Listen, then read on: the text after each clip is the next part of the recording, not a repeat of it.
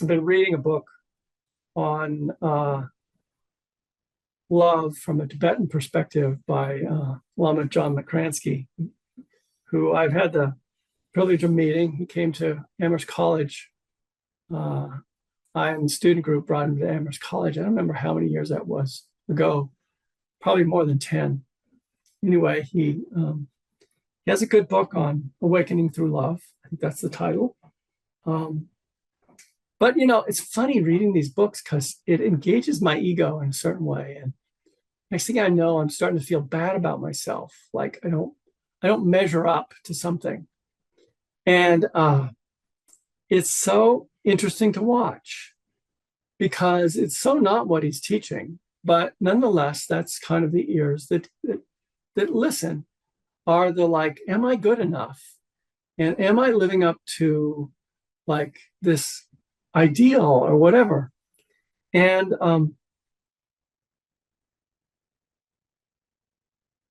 so there's nothing to do about that except see through it, really, to wake up from it, to wake up from this way that ourselves kind of stand in the way of our spiritual practice by holding up these yardsticks and invariably feeling inadequate in relationship to an imaginary kind of standard. And rather than feeling inspired by the possibility. And so the inspiration is the possibility that, for instance, Brenda was talking about, that discovering the switch, discovering that in a moment of just clear seeing, that you can remember the possibility and you can throw the switch. And even if the switch only stays on for a second because the patterns of your mind obscure it, you've still done something powerful. And you've touched into something that is your essential nature. So we're not really trying to turn ourselves into something we're not. We're waking up to something that's already here, already awake, already connected, and already knowing its value as such. And somehow we, as human beings, simply get deflected from that and conditioned into all these other things that we're doing, trying to impress ourselves and everyone else, and be somebody, become somebody, so forth. And it's too bad. It's really too bad. So I really encourage you not to make this practice of goodwill into an ego ideal standard of I must be a certain way. The steps are one step at a time, and they're only taken in the present moment.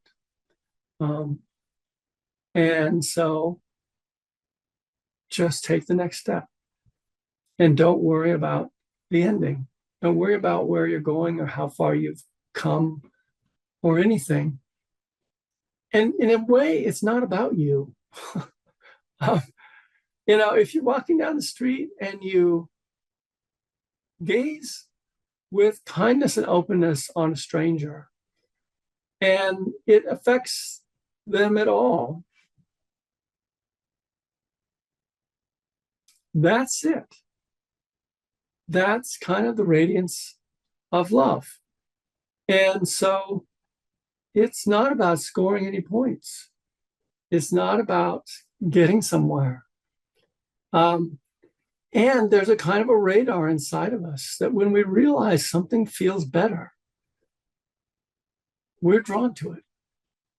When we realize, and this is the wonderful thing about learning skillfulness, is that it isn't like some external standard somebody says, do this and you'll get into heaven. Do this and you'll be a good person. Do this and we'll give you a medal. We'll chisel your name on the stone in front of the building. It isn't like that. We feel the goodness of it. We feel the wholesomeness of it. And nobody else needs to tell us that this is a better way to be. And so through that, the heart learns, the heart responds to these moments of openness and goodwill. This feels better than the alternative. I say that, I don't mean to make light of the obstacles that are in the way. It's not an easy kind of path to walk. But it is nonetheless one that is rewarding, as the Buddha is quoted as saying in the Theravada Suttas. It's good in the beginning, good in the middle, and good in the end. In other words, the very first time that you really deliberately turn the switch to goodwill with someone, when you haven't been doing that before, when you've been kind of caught in your default mode, it's good in the beginning. It's good in the first time you did it. And after you've been doing it for a while, it's still good in the middle. It's still good when it's become your practice. And you're already realizing the goal in that moment. So it's good in the end. If you find yourself coming to a place where you are being love all the time, then it's good then too. It was good all along. You had access to it from the beginning. And that's the beauty of the Dharma in that way. So I wanted to repeat a couple of things on tonight's class, just because I think they're so essential. They got repeated, I think, in people's shares. But it's key to doing this practice by working with your perceptions of others. It's really helpful. And of course, this includes perceptions of yourself.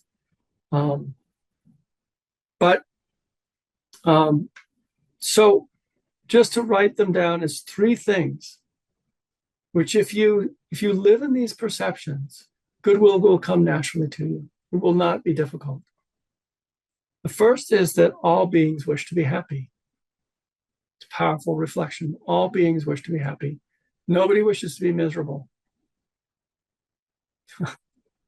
It's so obvious. And yet, you'd be amazed at its power in the face of, let's say you're with your family and you're having a holiday dinner, and you're in the default mode network of all the past resentments and whatever, and you just turn that switch, and you look around the room, and it's like every one of these people wants to be happy. Every person wants to be happy.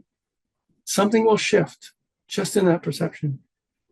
And then the second is that, we all at times are lost in a kind of self-centered reactivity.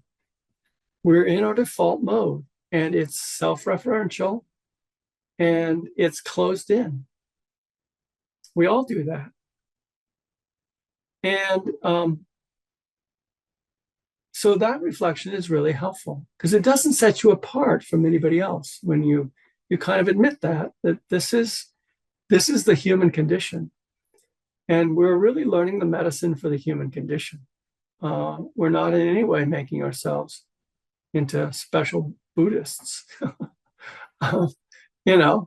It's just we're recognizing this is our condition, the way we want to be happy, and yet we get caught up in this default mode of a kind of a loop of thoughts that leaves us cut off, really, from what's real. And then thirdly, that everybody possesses an innate capacity for goodness. This one you might have to take on faith in certain cases. But the more that you touch into it yourself, I think the more you'll see this is true. to look at the world through this purity of, you know, everybody is born into the world as this babe who's open. And the mind stays that. It stays kind of open and pure. Even as thoughts get conditioned and start to obscure its purity, it's still there. This fundamental openness to experience that we are. It's in everybody. It's really just our protective patterns that obscure it. And so if we start to see the goodness in ourselves by just popping into this goodwill, we'll start to see others' capacities for it too. There's a tendency to reduce people to our ideas about them and to a few stories about them. I don't know why this one's coming to mind immediately, but I'll tell it. I grew up Roman Catholic, and I discovered that there are many people for whom the word Catholic means two things. It means the Inquisition, and I forgot what the other one was. The Crusades. So those are the two things that they know about this history of the Catholic Church for the last 2,000 years. And that completely flavors their opinion. And I've run into that just a number of times. And it's so unfortunate that something as complex as this 2,000-year-old institution gets kind of shrunk in people's minds into a couple of just ideas, just simple ideas. And we do this with people too, like they're a gossip. Now, that could be true in terms of their habit patterns, but it's not the total truth ever. And there's certainly more to them than that. There's much more to them than that. But we just do this and pick, other categories that we put people in. We put them into these very much reduced kind of boxes. And then we think we know who they are and how to deal with them. But it's never the truth. And it doesn't feel good. It almost never feels good to relate to anything that way. And so that's part of why we go through this sort of reflection of everyone wants to be happy. Everyone's own kinds of patterns obscure and make it difficult for them to be happy. And it obscures the third thing, which is everybody has this capacity for goodness.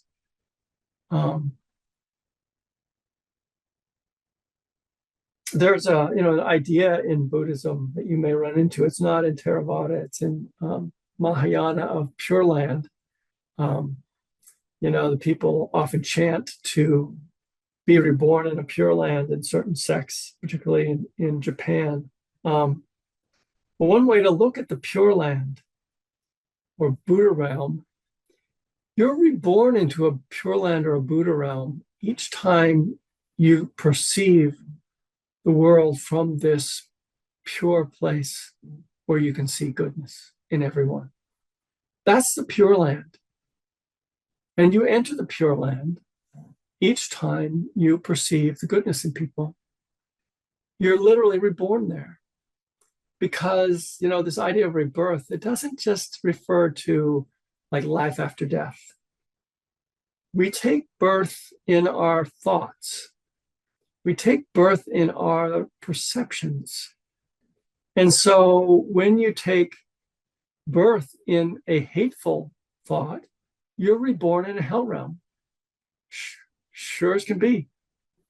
When you take birth in a loving thought, you enter a pure, a Buddha realm, a pure land where you see goodness rather than badness. It doesn't mean, you just see the world with rose-colored glasses. I'm not encouraging that. I think we all need to see suffering for suffering. We need to see unskillfulness for unskillfulness and not be deluded about that. So by seeing goodness, I think of it as sort of like the teacher I spoke of, Mr. Larson in the 6th grade, who, met all of us with a great deal of goodwill and good humor. And I can think of certain things that I did in the 6th grade that were kind of not nice and somewhat arrogant. And he, I'm sure he noticed that. It wasn't like he didn't see it, but he saw through it in a certain way. And he saw through, that's how 6th graders are, and, they're all always trying to be one up on each other. And so he saw through that and would often kind of like just lead us to a different place without shaming anybody or whatever. It just kind of he had a way of kind of bringing in a better way. And everybody could feel that, I think. I don't think I was unique in kind of feeling that he had that skill. And the truth is, none of us really wanted to be in that icky kind of competitive way that you can get into with each other. And, trying to feel better about yourself by putting someone else down. None of us really wanted to be in that or felt all that great being in that. And so there was a way he'd kind of come into a situation and like lighten things up. So that's like the skill of living in a Buddha realm. It's not like you don't see these other things, but you don't feel aversion towards them. You don't judge them in that way. And we all have this capacity at times to understand what I'm talking about, where you just see unskillfulness as unskillfulness, and you just intervene from a good place and redirect. It can be that simple. And so that, in this course, at least, I hadn't really thought about Mr. Larson in many years. So somehow he popped into mind at the beginning of this course when I was, doing my own kind of work with benefactors. And more, I've just come to see what he offered, the depth of what he offered, and how he embodied this teaching without really knowing it at all. He was in no way had come in contact with the Dharma. I don't even know what his beliefs were with respect to Christianity, to tell you the truth. None of that ever came out. But he was nonetheless, he knew something about goodness. He knew something about how to raise people up and bring good qualities out of them. So we're, in this class, we're in that training. And so in terms of just review, again, knowing that our thoughts never are adequate to what a person really is. It's a helpful thing to understand. Another is that just the willingness to admit we don't understand another person. Because that's often what makes us afraid. It's often what makes us feel different or exclude someone, is that we don't understand them. So I've just really found the virtue in admitting, I don't understand this person's behavior. It feels better to say that than to judge their behavior. Just, I don't understand it. And there might not be the opportunity to find out more, but you never know. Sometimes just asking could be powerful in the right circumstance. Anyway.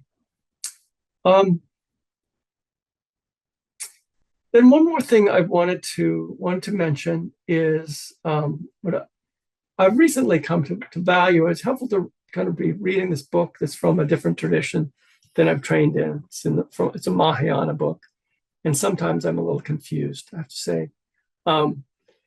But the addition to, wishing people goodwill means wishing them happiness and the inner causes of happiness. I've just gotten a lot of mileage out of adding that extra phrase, and I want to recommend it. It's like when you're wishing people the inner causes of happiness, you're basically wishing them skillfulness.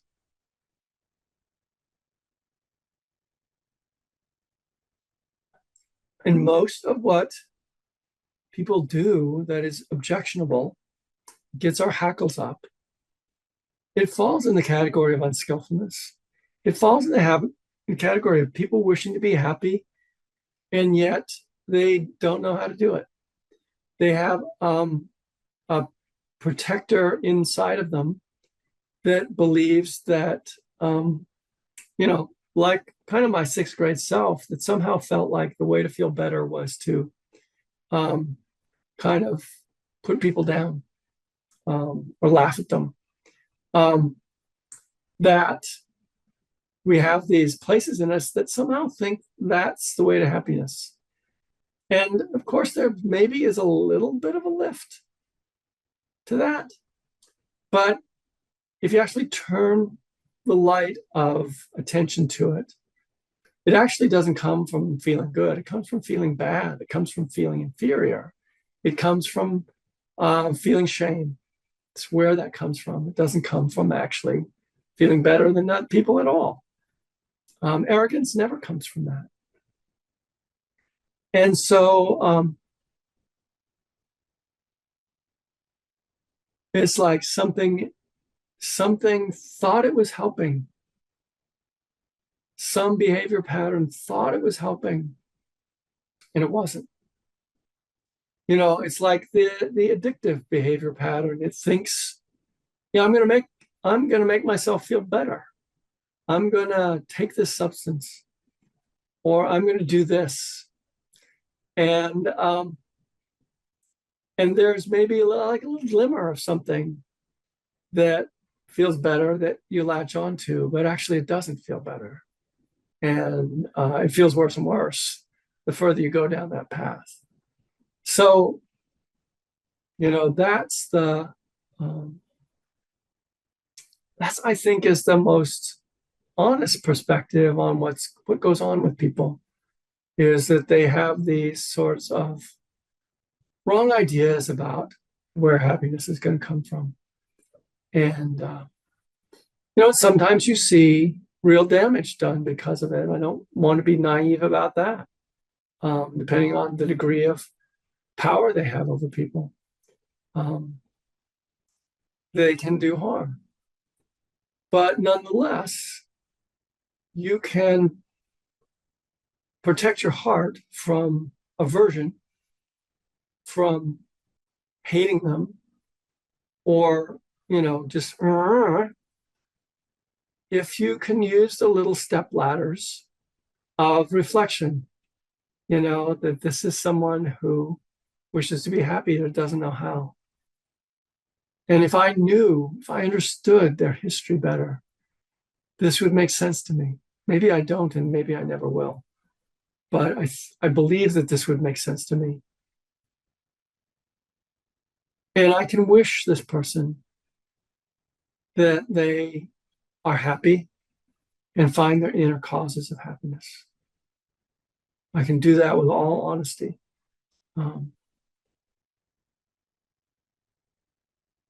So I offer that. And maybe in our last 5 minutes, we can do just a little more of it. I'd like to just do a little practice at the end of this talk. And I'm going to keep it on the same recording. So just close your eyes for a moment.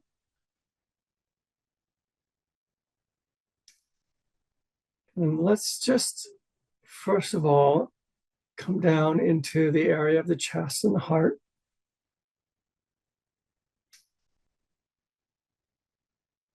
And just from this place,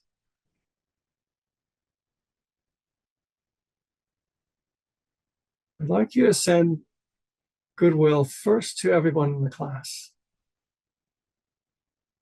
Some people, maybe you haven't seen their face since the first class, but some you've seen more. Come to know them a little bit. Send each and every person your wishes for their happiness.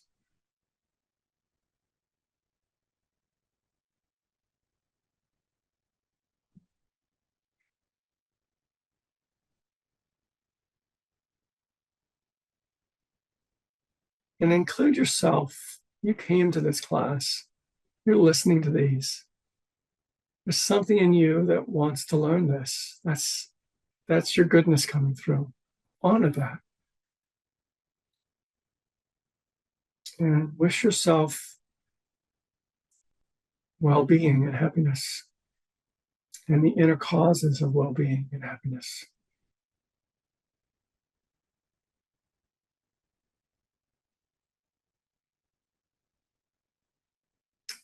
And imagine that we can generate a radiance among ourselves here and send that radiance out beyond your home.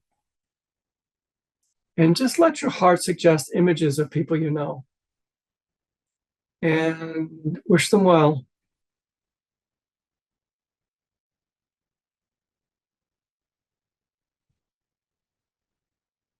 And sometimes there are people who suffer at this time in particular, this holiday time. If you know someone like that, send them your goodwill.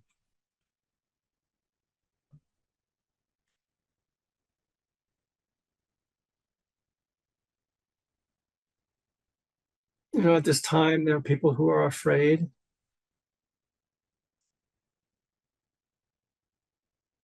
Send them your goodwill.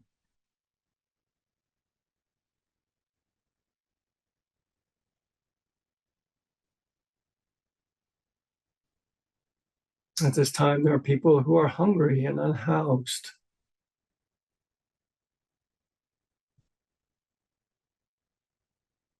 Send them your goodwill.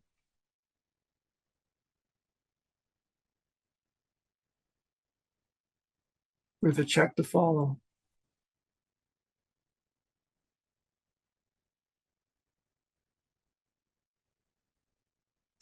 And to leaders everywhere, those who are burdened with the responsibility of leadership, wish them well. Wish them happiness and the inner causes of happiness.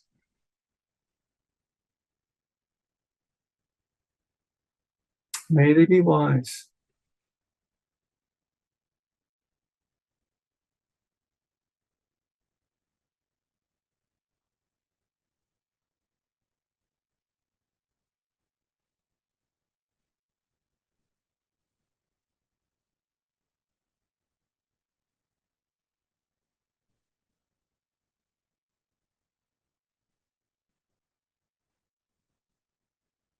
And to anyone who feels excluded in this culture, in this society, unwanted or unwanted in their family, send them your goodwill.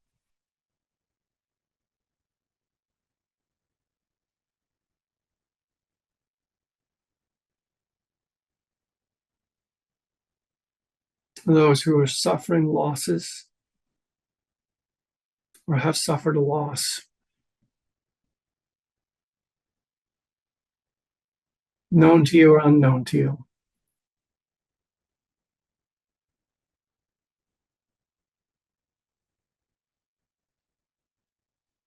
Anyone cold without heat.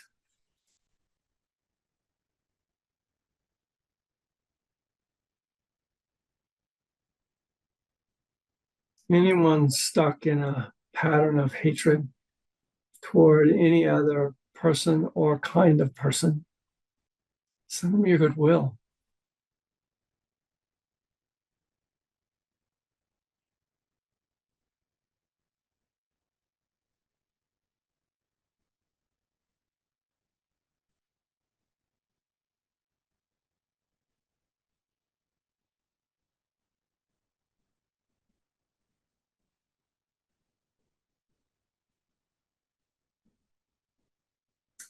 And let us wish people joy.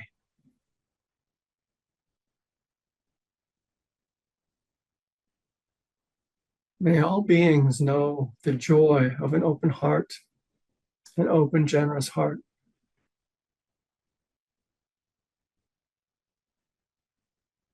The joy of friends and connection.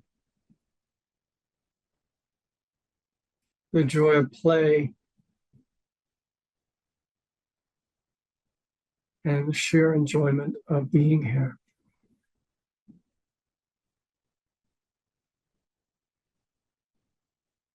May all beings know love, not just that they are loved by someone, but that they know their own capacity for love.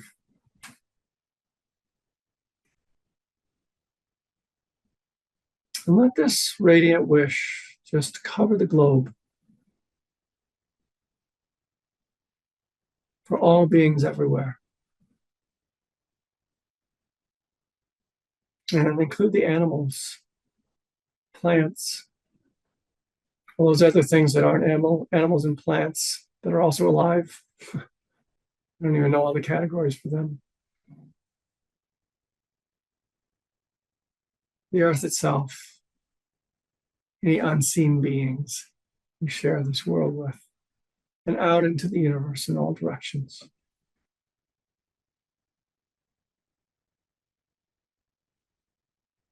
Sabe sata sukha hontu. May all beings be well. May all beings be happy.